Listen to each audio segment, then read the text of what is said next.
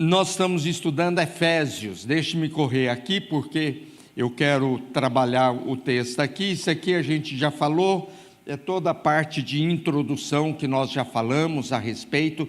Isso aqui é um resumo que você pode ver num vídeo que eu mandei o link para a lista aí de transmissão.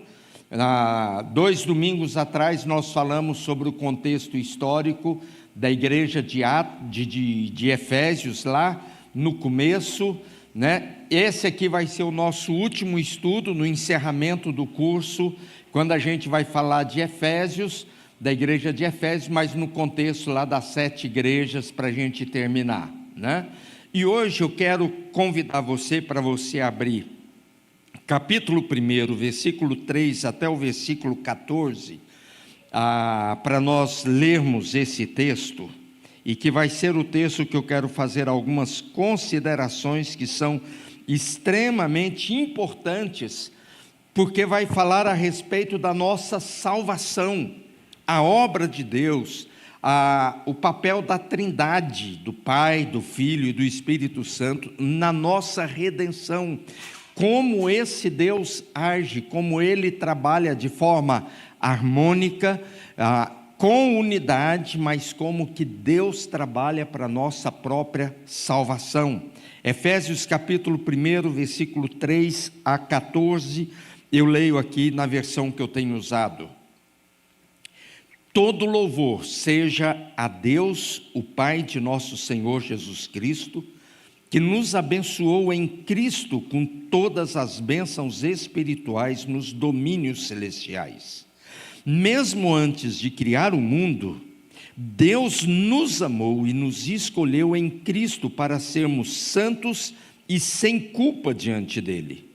Ele nos predestinou para si, para nos adotar como filhos por meio de Jesus Cristo, conforme o bom propósito de sua vontade. Deus assim o fez para o louvor de sua graça gloriosa, que Ele derramou sobre nós em seu Filho amado. Ele é tão rico em graça, que comprou nossa liberdade com o sangue de seu Filho, e perdoou os nossos pecados. Generosamente derramou sua graça sobre nós, e com ela toda sabedoria e todo entendimento. Agora, Deus nos revelou sua vontade secreta a respeito de Cristo, isto é, o cumprimento do seu bom propósito. E o plano é este: no devido tempo Ele reunirá, sob a autoridade de Cristo, tudo o que existe nos céus e na terra. Além disso, em Cristo nós nos tornamos herdeiros de Deus, pois Ele nos predestinou conforme seu plano, e faz que tudo ocorra de acordo com sua vontade. O propósito de Deus era que nós, os primeiros a confiar em Cristo, louvássemos a Deus e lhe dessemos glória. Agora vocês também ouviram a verdade, as boas novas da salvação. E quando creram em Cristo, Ele colocou sobre vocês o selo do Espírito Santo que havia prometido. O Espírito é a garantia da nossa herança, até o dia em que Deus nos resgatará como sua propriedade para o louvor da sua glória. Queridos, o texto é riquíssimo. Dá para nós estudarmos esse texto aqui sem assim exagerar. Daria para nós fazermos no mínimo 3 domingos aqui tratando só desse texto, no mínimo, para a gente não entrar em muitos detalhes. Na verdade, esses 11 versículos aqui, eles resumem de uma forma muito profunda, teológica, doutrinária, toda a doutrina da salvação. Como é que Deus nos resgata? Na versão que eu li aqui, ele diz que Deus comprou a nossa liberdade. É o resgate, a restauração de Deus da raça humana que foi expulsa expulsa do paraíso. Uma humanidade que rompeu o seu relacionamento e a sua intimidade com Deus. A Lígia falou uma coisa aqui que é muito importante a gente lembrar, que missões é relacionamento. Missões é exatamente isso, relacionamento. Mas antes de nós pensarmos em relacionamento com os missionários, missões tem a ver com o nosso relacionamento com Deus, que foi quebrado.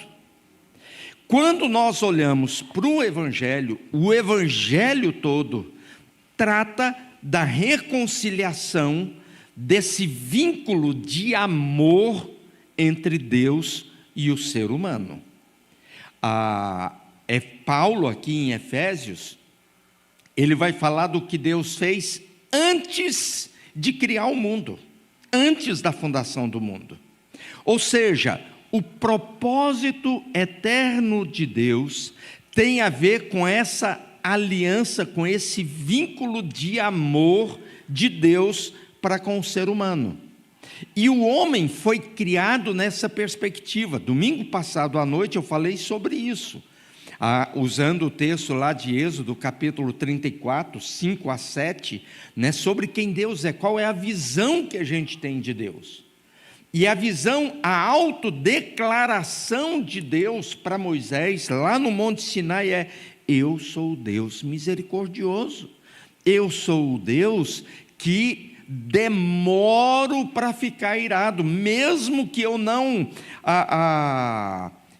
brinque com o pecado, e quando for preciso eu puno o pecado, mas eu demoro ficar irado, porque eu sou compassivo, grandemente compassivo, Eu até lembrei, que a palavra original diz: eu tenho narinas grandes, ou seja, dá para bufar bastante, dá para respirar bastante antes de perder a paciência, O sentido é esse. Então, nós precisamos começar a falar sobre a redenção naquilo que é o projeto original. E o ser uma igreja missionária tem a ver com o fato de Deus ser um Deus missionário. Um Deus que busca o homem, um Deus que vai atrás do homem, um Deus que toma iniciativa de restabelecer, de restaurar o vínculo dele com a sua criação. É interessante que lá em Gênesis 3, quando nós temos a narrativa da queda, tem lá o primeiro diálogo lá de Satanás com a mulher, com o homem e tal, a gente conhece a história, e de repente chega Deus na virada do dia, Ou seja, chegou o final do dia, agora é hora da gente sentar, parar, tomar um cafezinho, bater papo, saber como foi o dia, e lá vem Deus. E aí Adão e Eva ouvem o barulho do caminhar, da chegada de Deus, nessa manifestação. Lógico que isso aqui é uma linguagem o mais simples possível para a gente entender esse desejo de Deus de estar conosco, o prazer de Deus em estar conosco. E eles fogem, eles escondem de Deus. E aí tem aquela pergunta de Deus para Adão: Adão, Eva, onde vocês estão? Onde vocês estão? Eu cheguei. Lembra do nosso cafezinho, da hora marcada para o cafezinho? Cheguei. Cadê vocês? E aí a gente tem aquela clássica resposta: eu me escondi, fiquei com vergonha, estou pelado, e agora mas por que isso tudo, Adão? A mulher que o Senhor me deu, E o que foi isso, mulher? Foi a cobra que o Senhor criou, E cada um jogando a culpa um no outro, Que essa é a história da humanidade. Ninguém tem facilidade em assumir os próprios erros. A gente tem uma facilidade imensa de repetir esse processo. É culpa de quem? Da minha mulher. É culpa de quem? Do meu marido. É culpa de quem? É do meu filho. É culpa de quem? Do pastor. É culpa de quem? Do presidente. E assim por diante, E aí a história da redenção é essa história de Deus vem à terra e diz: onde está você? Onde está você? E aqui em Efésios, Paulo vai dizer, como é que Deus faz isso? Como é que Deus faz isso? E Paulo faz isso na perspectiva, uma coisa muito importante, queridos. Nós não temos nenhum texto que Paulo, ou Jesus, ou os profetas dizem, agora eu vou ensinar a vocês sobre o que é a Trindade. Isso é tão natural no coração de Jesus, dos apóstolos, dos profetas, que eles vão tratando da Trindade de forma muito natural, Eles não sentem a necessidade de dar muita explicação. É a mesma coisa quando Jesus, lá no Sermão do Monte, fala sobre oração. Ele não explica o que é oração. Ele vai chegar e diz para os discípulos, quando vocês orarem, façam desse jeito. Jesus não gasta tempo para explicar, olha, orar é falar com Deus, orar é ter certeza que Deus ouve. Não, ele já chega, olha, quando vocês orarem, orem desse jeito. Ele faz a mesma coisa em relação a jejum. Quando vocês jejuarem, façam assim, comportem dessa forma. Quando vocês derem esmola, façam desse jeito. Então, a questão da Trindade é tão natural que na perspectiva bíblica, teológica, desde Gênesis 1:1, a gente tem ali o que a gente chama de plural majestático, que manifesta exatamente essa presença de um Deus que é mais de um, embora continue sendo um, e por isso é um grande mistério, como que 3 pessoas continuam sendo uma só, e aí isso se explica apenas nessa perspectiva da Trindade. E aí o apóstolo Paulo vai abrir a sua carta dizendo, gente, a primeira coisa que vocês precisam entender é do cuidado de Deus e do amor de Deus em nos oferecer a salvação, a restauração, a segurança, a certeza do amor dele, e que viver com ele, caminhar com ele é o processo natural da manifestação da bondade de Deus sobre as nossas vidas. E aí, então tem algumas coisas, e aqui eu vou tentar ser bem objetivo com algumas informações, para os irmãos entenderem. O texto está dividido mais ou menos desse jeito aqui. A Trindade, Pai, Filho e Espírito Santo, tem o seu papel na nossa redenção e na nossa salvação. Nos versículos iniciais, a gente vê que o Pai tem a iniciativa, tem o controle. O Pai, ele trabalha, ele planeja a nossa salvação, a nossa redenção, como é que as coisas vão acontecer. Aí depois, no Filho, essa salvação, ela é realizada. Alguém precisa ser, não é apenas para transmitir uma mensagem, é para efetivar, é para manifestar de fato o plano eterno. Paulo diz, o mistério, o segredo que esteve escondido por tantos séculos, agora foi revelado a nós. Qual que é esse segredo? O Redentor chegou, Cristo veio, Deus desceu à terra para nos salvar, E aí o versículo 13 e o versículo 14, principalmente, vai falar sobre a questão da ação do Espírito Santo. Por que nós podemos ter a certeza da nossa redenção, da nossa salvação? Por que a gente vive nessa consciência de que nós não somos perfeitos, jamais o seremos nessa dimensão que nós vivemos aqui enquanto a gente estiver vivo aqui na terra, mas que nós só viveremos e experimentaremos a perfeição na perspectiva da dimensão eterna, do céu celestial. É de lá que a gente aguarda o Senhor.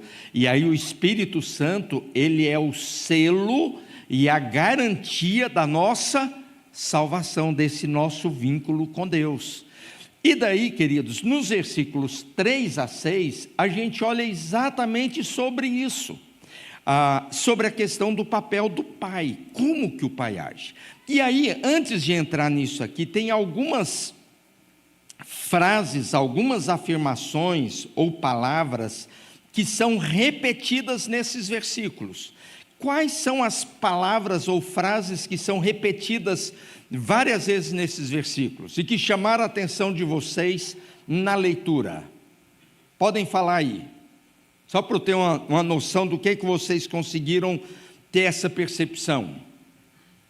Lembram de alguma expressão ou de alguma palavra específica? Propósito. Alguém falou aí, eu não ouvi. Abençoados, um povo abençoado. Algumas versões diz, Deus tinha um plano. Deus tinha um plano. Isso é repetido. Às vezes é plano, propósito, dependendo aí da tradução. Mais alguma coisa? A graça, Deus sempre age nessa perspectiva. Tem uma que para mim, ela faz essa separação dessas três divisões aí do Pai, do Filho e do Espírito Santo. Para que Deus faz isso tudo? Louvor da sua graça, para o louvor da sua bondade, da riqueza da sua graça, para a gente ter plena convicção de que quem é louvado não sou eu pela minha própria salvação, né? Parabéns para o Jonatas porque ele é salvo. Não é, o louvor é para ele, porque é ele que faz, é ele que realiza. Então o louvor não é para mim, o louvor não é para você, né? O louvor pela nossa restauração espiritual está nele, e apenas nele. É nele que nós somos redimidos, nele que há reconciliação com o próprio Pai. Então, só algumas coisas aí para chamar a atenção. O que nós precisamos ter consciência nisso aqui, queridos? Nós precisamos lembrar disso aqui. Ray Stedman, um comentarista, ele diz, né, o grande problema é que não começamos nosso pensamento com Deus. A gente precisa entender que quando a gente fala da salvação humana, nós nunca começamos na perspectiva do que o homem faz ou do que o homem deixa de fazer. Porque se a gente começar com a gente, esse plano redentor e da salvação para nós, vai sempre ser falho, vai sempre ser limitado. Então, quando a gente fala de salvação, de redenção, de reconciliação com Deus, de vida eterna, a gente precisa lembrar que a gente precisa começar sempre com quem Deus é, com o que Deus planeja e com aquilo que Ele realiza. Então, não começa conosco, começa sempre com o Senhor. Segunda coisa importantíssima, mesmo nos versículos iniciais, que a ênfase é o papel do Pai, a gente vê que todas as coisas são realizadas em Cristo. Em Cristo. Não há absolutamente nada que o Pai, que o Filho, que o Espírito Santo realiza que não seja nele, em Cristo Jesus. Porque Cristo, ele é colocado, a gente chama na teologia de economia da Trindade, ou seja, como é que a Trindade administra, né, o seu papel ou os seus papéis, ou as suas funções. Na economia da Trindade, o que nós temos é o papel de Cristo como o mediador. É como a criança que chega para a mãe e que ela aprendeu que para ela conseguir determinadas coisas, ela tem que falar primeiro com a mãe para depois falar com o pai, né? Mãe, será que o pai deixa eu ir lá na casa do fulano, brincar na casa do Beltrano? Não sei, fala com ele. Não, eu não tenho coragem de pedir isso para o meu pai não, fala você, né? Essa é a teologia da Igreja Católica em relação a Maria, que na relação com pai e mãe, marido e mulher, pode até funcionar, mas não na teologia, não em relação a Deus, porque o mediador é sempre e exclusivamente Cristo Jesus, inclusive no Antigo Testamento, não é, Cristo não aparece, e a gente tem que lembrar disso, nem Cristo e nem o Espírito Santo são personagens do Novo Testamento. Eu já ouvi gente falar isso. Não, o Espírito Santo é Novo Testamento. Eu já ouvi falar o seguinte: não, o Espírito Santo não existia no Antigo Testamento. Alguém já ouviu um negócio desse assim? Que o Espírito não existia no Antigo Testamento? Gente, pensa numa heresia herege, né? É uma heresia das grandes, né? Por quê? Porque o Pai, o Filho e o Espírito Santo, eles agiram sempre, existiram sempre, durante toda a eternidade. Então, Cristo é sempre o mediador entre a Trindade, né? Cristo está sempre entre. A palavra mediador é o que está no meio, é o que faz o pai, filho. O mediador é o que está no meio, né? Para quê? Para reconciliar, para a nossa reconciliação. Então, mesmo aquilo que se fala sobre a obra específica do Pai, a obra específica do Espírito Santo, sempre é como intermédio, sempre na mediação de Cristo Jesus.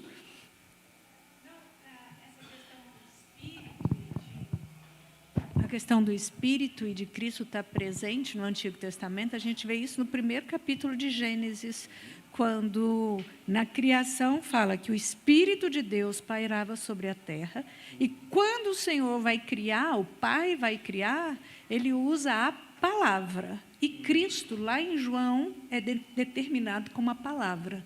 Então, através de Cristo foi criado todas as coisas. Então, essa questão que a Edileia está falando é muito importante, só para a gente lembrar disso. Quando a gente vê, João capítulo 1 diz que todas as coisas foram criadas por intermédio do Verbo, que é Jesus, que a gente vai lá para Gênesis 1, a gente acha que Deus simplesmente diz, e Deus disse. Aqui, Deus disse, esse disse e Deus, o Verbo, né? Deus, a palavra, quem que está dando ordem? Haja luz, haja isso, haja aquilo. Cristo Jesus, o Verbo de Deus, a palavra de Deus. Então, gente, a Trindade é uma realidade na Bíblia toda. Aqui daria para a gente pegar quais são os textos em que Jesus aparece no Antigo Testamento, quais são os textos que o Espírito Santo aparece no Antigo Testamento. A gente tem uma abundância desses textos, tá? Só para os irmãos terem essa consciência. Agora, uma coisa muito importante em relação à nossa salvação, e Paulo vai trabalhar isso especialmente em Romanos e Coríntios, que ele vai falar de Adão, de Gênesis 3, como o primeiro Adão, e ele vai falar de Cristo como o segundo Adão. Então, se em Gênesis 1, 2 e 3, nós estamos representados em Adão, agora nós estamos em Cristo Jesus. Por que nós somos salvos? Por causa da nossa justiça? Não. Aliás, antes disso, por que nós nascemos em pecado? Porque nós nascemos como filhos de Adão e de Eva, né? Quem lê as Crônicas de Nárnia, essa é a linguagem que C.S. Lewis usa, né? Cadê o filho de Adão? Cadê a filha de Eva? Né? Nós somos os filhos de Adão, os filhos de Eva. A genética de Adão e Eva corre aqui, ó. Ah, mas já perdeu. Não, não perdeu. A gente nasce e o bebezinho logo está puxando o cabelo do irmãozinho, está mordendo, está sendo rebelde. mas, nossa, tão puro. Gente, de forma inconsciente ou consciente, como quiserem, a criança nasce com essa natureza pecaminosa, que nós o quê? Nós herdamos aqui. Agora, na nossa redenção, nós herdamos o quê? O que nós temos aqui, ó. O que nós temos aqui. Então, na nossa salvação, Cristo é fundamental, não só porque Ele morreu na cruz e ressuscitou, isso aqui é o clímax da redenção. Agora, o processo de salvação faz parte de toda a história da redenção humana, tá? Então, é sempre em Cristo Jesus. Sem Cristo, não há bênção. E aí nós vamos ver nas cartas de Paulo, em Cristo, nele, por ele, com ele, em todas as cartas, porque Paulo ele tem plena consciência da centralidade de Cristo agora nesse processo da redenção. E por que essa centralidade tão grande na pessoa de Cristo Jesus? Por causa do contexto que Paulo vive ali no meio dos judeus, que aguardam o Messias, mas eles não enxergam que Jesus é o Messias prometido. Então Paulo, ele enfatiza, mas Paulo fala muito mais de Cristo do que do Espírito, por exemplo. Para o judeu falar do Espírito não era problema, mas falar de Jesus revelado, aquele que andava ali no meio das ruas de Jerusalém, que estava lá no barquinho, no mar da Galileia, e falar que ele, aquele lá era o Messias, não, isso aí não. Então por isso Paulo enfatiza tanto isso e a importância disso. Agora, falando do Pai, Paulo vai dizer algumas coisas aqui que são importantes. Primeiro, que o Pai escolhe. Nós somos escolhidos pelo Pai. Vou usar aqui uma expressão redundante, é uma seleção seletiva, é uma escolha escolhida, né? É um chamado mesmo, né? Uma vocação chamada para isso, né? Paulo deixa muito claro a questão da soberania de Deus em todas as coisas. Quando a gente fala de eleição, predestinação, escolha da parte de Deus, queridos, nós precisamos partir disso aqui, a nossa visão de Deus. E a doutrina da nossa igreja, a doutrina como um todo da nossa igreja, ela se fundamenta principalmente, basicamente, num Deus que é soberano sobre todas as coisas, num Deus que não está condicionado a quem somos ou ao que fazemos para que Ele realize o que Ele deseja. Então, quando nós falamos de Deus escolher, de Deus eleger, nós estamos falando basicamente disso aqui, ó. Nós estamos diante de um Deus que é soberano, que é amoroso, que tem tantos atributos, tem tantas virtudes, mas acima de tudo Ele é soberano. Ele resolve e está resolvido, né? E Paulo vai responder isso aos romanos, né?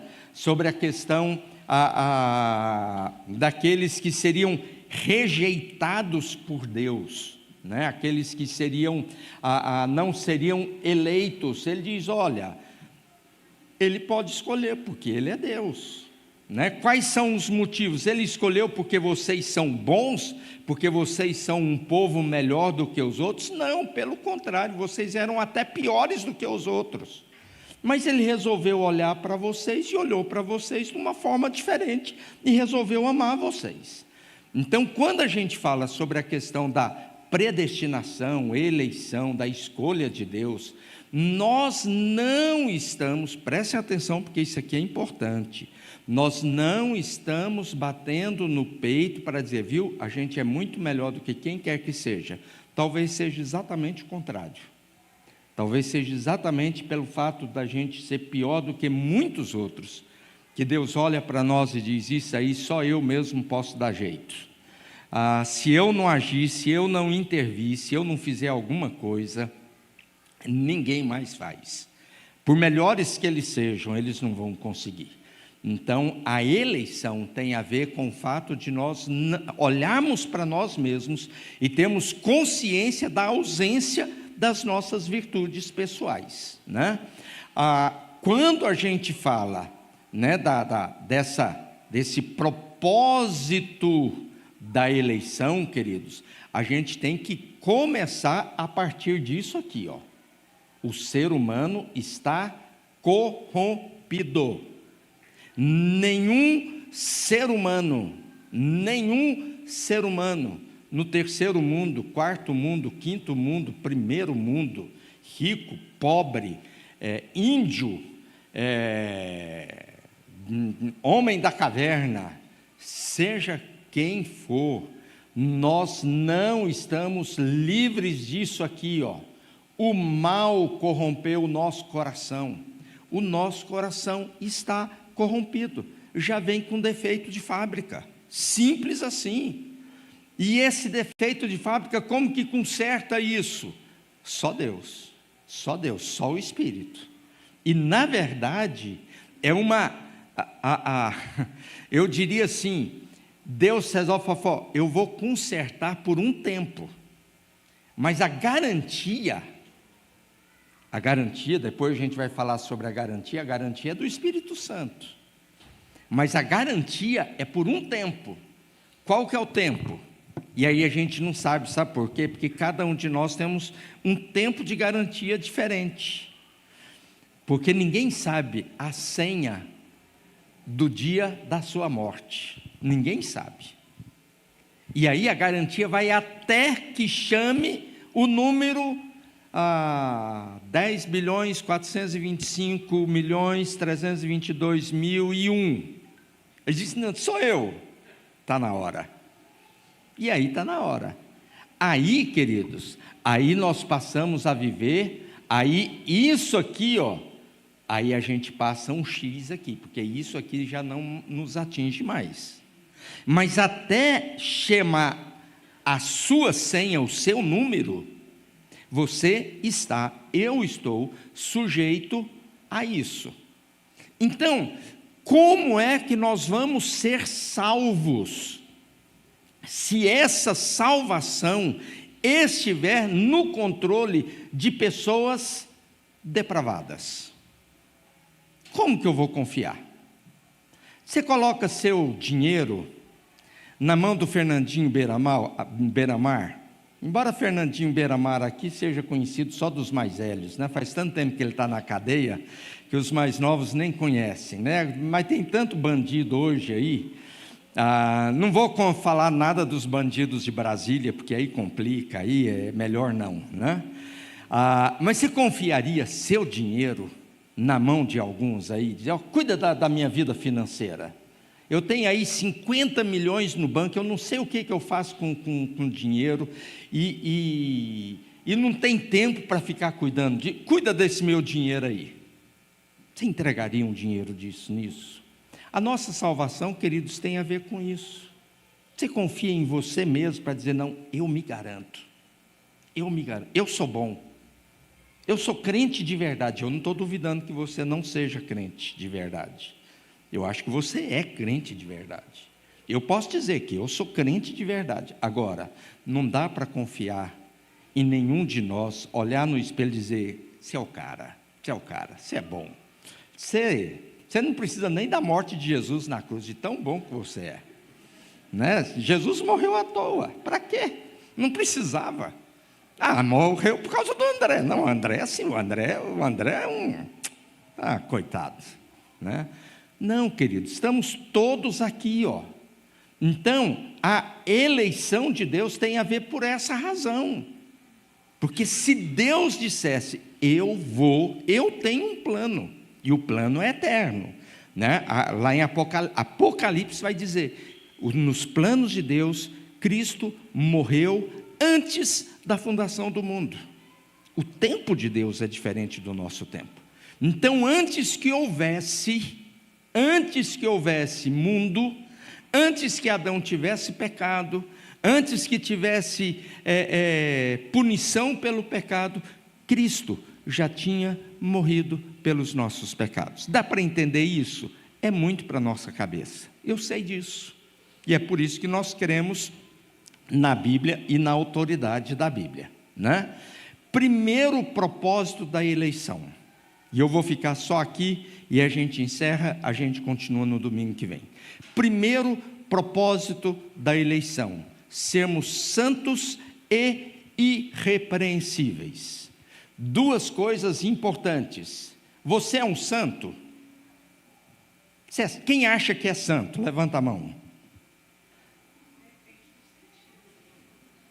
Eu estou falando do sentido bíblico aqui. Do sentido bíblico. Você é santo? Eu sou. Todos que estão em Cristo Jesus são santos. O que a gente tem que entender? Isso aqui, o ser santo, não tem o significado de ser santo na cultura brasileira. Nós estamos falando de duas coisas diferentes. Quando a gente diz para alguém, fulano acha que é um santinho, o que a gente está dizendo? Ele acha que ele é melhor do que todo mundo. Esse é o sentido popular, que não tem nada a ver com o sentido bíblico. Ser santo na perspectiva bíblica, e é por isso que Deus nos chamou para sermos santos. Para sermos aqui, quando fala de santidade, ele está dizendo que aos olhos de Deus, por causa do que Cristo fez, nós somos, Ele nos vê a partir de Cristo Jesus e nós somos dele. Santidade tem a ver muito mais com uma questão de condição, quem eu sou, não do que eu faço necessariamente. Depois, quando a gente falar sobre santidade, aí a gente vai falar de outra coisa. Então, ser santo é diferente de viver em santidade. Ser santo tem a ver com eu sou brasileiro. E eu sou brasileiro. Gostando ou não. Feliz ou não. Concordando ou não. Eu sou brasileiro. Agora, eu desempenho a minha cidadania brasileira como deveria, aí já é outra história. Deu para entender a diferença? Ser santo é ser separado, é a minha identidade. Eu fui escolhido para isso. Eu nasci no Brasil, então eu sou brasileiro, eu não tenho escolha. Quem me escolheu ser brasileiro vou usar um termo aqui, foram as circunstâncias. Meu pai nasceu no Brasil, então ele nunca, já saiu, mas na época nunca tinha saído do Brasil. Eu nasci onde meu pai morava e minha mãe moravam. Pronto, simples assim. Isso é uma condição que eu não mudo. Ser santo, o propósito da eleição em ser santo tem a ver com essa condição que eu sou e que isso não muda. Agora presta atenção, em Cristo Jesus. Nós estamos falando aqui de alguém que está em Cristo Jesus. Isso não é generalizado, nós estamos falando aqui do propósito da salvação. Agora, quando Paulo diz que ele nos chamou para sermos santos e irrepreensíveis, o que Paulo está dizendo aqui no irrepreensíveis? Aí está falando de santidade. Você é um bom cidadão de Cristo? Sou. Você é um cara que obedece à palavra de Deus? Não obedeço. Claro. Você faz isso? Sim. Ser irrepreensível, aí tem a ver com atitudes, tem a ver com escolhas, tem a ver com decisões pessoais. Eu sei o que é correto e eu faço o que é correto. Eu sei o que é certo, eu faço o que é certo. Eu sei qual é a vontade de Deus. Eu me esforço o máximo que eu puder para viver como Deus quer. A palavra de Deus diz que isso é pecado, eu vou evitar fazer isso. A palavra de Deus diz que isso aqui é o correto, eu vou procurar fazer o que é correto. E isso tem a ver com ser irrepreensível. Então, gente, sermos eleitos e sermos escolhidos tem a ver com essas duas condições do ser humano. Uma não depende de nós, que tem a ver com a nossa identidade. Deus nos escolheu para sermos dele. O exemplo, a ilustração é: eu nasci no Brasil, eu não escolhi nascer no Brasil. Mas eu não gosto de ser brasileiro. Azar o seu. Azar o seu. Problema seu agora. Com Trump agora, cara, você não consegue ir para os Estados Unidos de jeito nenhum, a não ser que você tenha muito dinheiro, né? Mas no momento não dá para... o meu sonho é ser americano. Vai demorar um tempo. Segura a onda aí que vai demorar um tempo, né? Mas por enquanto você é brasileiro. Você é brasileiro, pronto. Na fé, nós somos chamados e escolhidos por Deus para sermos dele. Ponto. Mas e se eu não quiser? Ele te chamou para ser dele. Você é dele. Pronto. Mas eu não quero. Bem, aí a gente pode questionar se a pessoa foi de fato chamada ou não, mas é outra história. Agora, o grande desafio é que quando eu tenho essa consciência, isso aqui é natural, ou pelo menos deveria ser natural. Eu tenho consciência de que eu pertenço a Deus, de que Ele me chamou. Qual que é o desafio para mim? Eu preciso ser coerente com a minha identidade. Eu não tenho que prestar contas para a Receita Federal dos Estados Unidos. Eu tenho que prestar contas para a Receita Federal do meu país. Mas a carga de impostos no Brasil é injusta. E daí? Você está no Brasil, você vai prestar contas para a Receita Federal do seu país. Mas lá na Argentina, olha, na Argentina está muito melhor do que o Brasil. Azar o nosso. Né? Mas eu vou prestar contas para quem? Para quem eu estou, para aquilo que eu sou como cidadania. Na fé cristã, nós vamos procurar viver de acordo com a minha cidadania. Qual é a minha cidadania? Eu fui chamado para ser como santo. Santo aqui tem a ver com identidade. Eu fui chamado para ser irrepreensível. Tem a ver com a questão de como eu ajo, quem eu sou. Eu preciso, as minhas palavras, os meus pensamentos, as minhas atitudes, a minha compreensão da vida e da história precisa ser coerente com aquilo que tem a ver com a minha identidade inicial, pelo fato de ser chamado, escolhido, eleito, predestinado, e aí a gente pode usar qualquer um desses termos, mas que tudo isso origina-se em quê? Num Deus que é soberano e que faz tudo como Ele mesmo quer. Para quê? Para o louvor da sua graça maravilhosa. Então, isso aí é o que é importante para que a gente tenha essa consciência, né? Quem eu sou e o que eu faço. Isso aqui é resultado de Deus olhar para mim e diz: eu amo você, você é visto por mim com amor, por amor, para coisa boa. Deus nos ama. Quem não assistiu a mensagem, quem não ouviu a mensagem domingo passado, a ênfase foi essa. Deus nos ama profundamente, com uma compaixão abundante, sabendo que nós não somos perfeitos, mas Ele é soberano sobre todas as coisas. Amém? Vamos terminar por aqui. No slide anterior, você não concluiu aí. Falou que se dependesse da gente, a depravação total. Fala aqui. Não, para você concluir. Só que você não falou. Você falou que se dependesse da gente, depravação total. Mas a garantia não está em nós. Eu sei que você vai falar isso mais para frente, mas é o Espírito Santo que garante.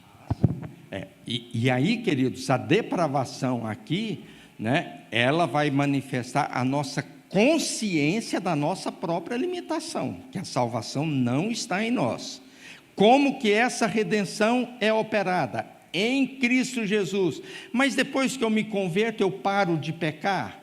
Infelizmente não. Então aí eu perdi a salvação, né? Eu já contei aqui a historinha do metodista e do presbiteriano, né? Já viu essa historinha do metodista e do presbiteriano? Arminiano e calvinista, né? A metodista é arminiano, são crentes, tá, gente? São crentes. A igreja metodista é, nota 10 para a igreja metodista. Mas diz que o metodista e o presbiteriano se encontraram no inferno. Aí chegaram lá no inferno, falaram, cara, que surpresa, você aqui. Já viu, né? A gente engana. Mas você não era crente? Era mesmo lá da igreja metodista, cara. Eu não sei lá se tem presbítero, não, mas vamos supor que fosse um bispo, né? Eu era bispo lá na igreja metodista. Mas por que você veio parar aqui? Eu falei, cara, morri no dia errado. Tinha dia que eu estava salvo, que eu tinha certeza de que se eu morrer, mas morri, cara, num dia que não podia ter morrido. E aí vim parar no inferno. Falei, mas você, presbiteriano, cara, você que acredita que não perde a salvação, como que esse negócio você veio parar aqui? Pois é, eu achava que eu era eleito e não era. Né? Eu ia na igreja, era presbítero, e sobrou para os presbíteros aqui, né? Era presbítero, era fiel lá na igreja, tal, e eu achava que era predestinado, cara, e não era, dancei. Então, queridos, a depravação é só para nos lembrar que não está em nós, é para que sobressaia a graça e a fidelidade de Deus. E aí quem vai garantir isso é o que no final das contas? É o Espírito Santo, é o Espírito quem vai agir na nossa vida. Diz Adriano, fala aqui porque senão também ninguém ouve. Aí você já aproveita e já ora para nós. Se não falar besteira, aí você já aproveita e ora. Se você falar besteira, eu pego o microfone de volta. Nossa, eu só ia comentar aqui que muitas vezes a gente pensa que a gente é predestinado para a salvação, né? Não deixa de ser verdade, mas o que o texto fala aqui, né, é que nós somos predestinados, cadê aqui? Ele nos escolheu nele antes da fundação do mundo para sermos santos e irrepreensíveis, e nos predestinou para ele para a adoção de filhos, né? Quer dizer, a gente é salvo por consequência, né? Por ter sido adotados, a gente vem junto no pacote a salvação, né? A salvação faz parte, é uma herança de quem é adotado. E a predestinação também para sermos santos e irrepreensíveis, né? Vamos orar? Nosso Deus e Pai, nós te louvamos por tão grande verdade, por tão grande consolo que nós recebemos da Tua Palavra, por termos essa segurança de que a salvação não depende de nós, o fato de sermos filhos por adoção não depende de nós, mas tudo isso, ó Deus, é prova do Teu amor incondicional para conosco. O Senhor não nos escolheu baseado nos nossos méritos, na nossa competência, na nossa inteligência, na nossa beleza, na nossa riqueza, mas, ó Deus, está no Senhor o critério, e nós como criaturas temos que simplesmente nos humilhar diante do Senhor, agradecendo a Deus por tão grande amor revelado por nós, e cremos, ó Deus, que o Senhor faz isso porque o Senhor é justo, e nós, ó Deus, não conseguimos entender como o Senhor pode ser justo, como nós podemos ser responsáveis, mas cremos, ó Deus, que o Senhor ao mesmo tempo é justo e soberano e, ó Deus, age nas nossas vidas de acordo com o beneplácito da Tua vontade. Nós louvamos o Teu nome por isso e te agradecemos, porque apesar de nós, o Senhor olhou para nós com misericórdia e com compaixão. Em nome de Jesus, amém.